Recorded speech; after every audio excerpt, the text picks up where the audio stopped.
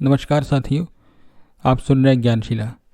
आज की ये वीडियो पूज्य श्री धर्म सम्राट स्वामी श्री करपात्री जी के लेख पर आधारित है।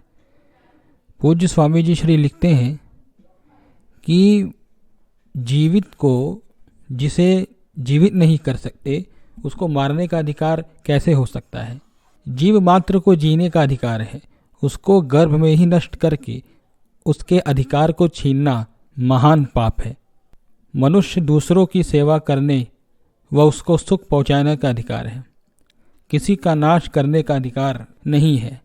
अगर गर्भपात की प्रथा चल पड़ी तो फिर मनुष्य राक्षसों से भी बहुत नीचे हो जाएंगे। रावण और हिरण्यकशिपु के राज्य में भी गर्भपात जैसा महापाप नहीं होता था। शास्त्रों में जगह जगह गर्भ हत्या महापाप, गर्भ हत्या उसको माना गया है कि ये महापाप है। पराशर स्मृति में तो उसको ब्रह्म हत्या रूपी महापाप से भी दुगना पाप बताया गया है। ब्रह्म हत्या से जो पाप लगता है उससे दुगना पाप गर्भपात कराने से लगता है। इस गर्भपात रूपी महापाप का कोई प्रायश्चित भी नहीं है। इसमें तो उस स्त्री का त्याग कर देने का ही विधान है। यदि अन्न पर गर्भपात कराने वाले पापी की दृष्टि पड़ जाए तो वह अन्न खाने योग्य नहीं रह जाता। गर्भ हत्या करने वाले का देखा हुआ, रजस वाला स्त्री का स्पर्श किया हुआ, पक्षी का खाया हुआ और कुत्ते का स्पर्श किया हुआ अन्न नहीं खाना चाहिए।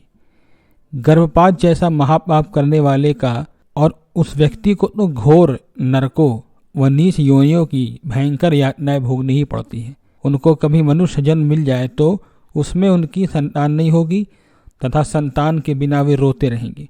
और यह भी सुनिश्चित है कि गर्भपात करने वाले जो डॉक्टर, चिकित्सक, नर्स और अन्य सहायक व समर्थक सभी दोषी उस दोष के भागी बनते ही बनते हैं। यहाँ तक पूज्य श्री स्वामी जी का लेख था। इस पर एक वीडियो स्वामी राम सुखदास जी के भी बहुत पहले यहाँ से अपलोड की गई थी। गर्भपात पर पूज्य श्री स्वामी राम सुखदास जी ने भी बहुत जोर दिया है। उनकी कई पुस्तकें हैं। 5 महापापों में से इसको भी बताया है उन्होंने, शास्त्रों के अनुसार ही। उनके भी लेख आप पढ़ सकते हैं। और स्वामी श्री करपात्री जी के लेख इस पर भी हैं, उनके कई भाषण भी हैं। आप लोग इन चीज़ों को ध्यानपूर्वक पढ़कर इस पर मनन करके इसका प्रचार भी करें। धन्यवाद।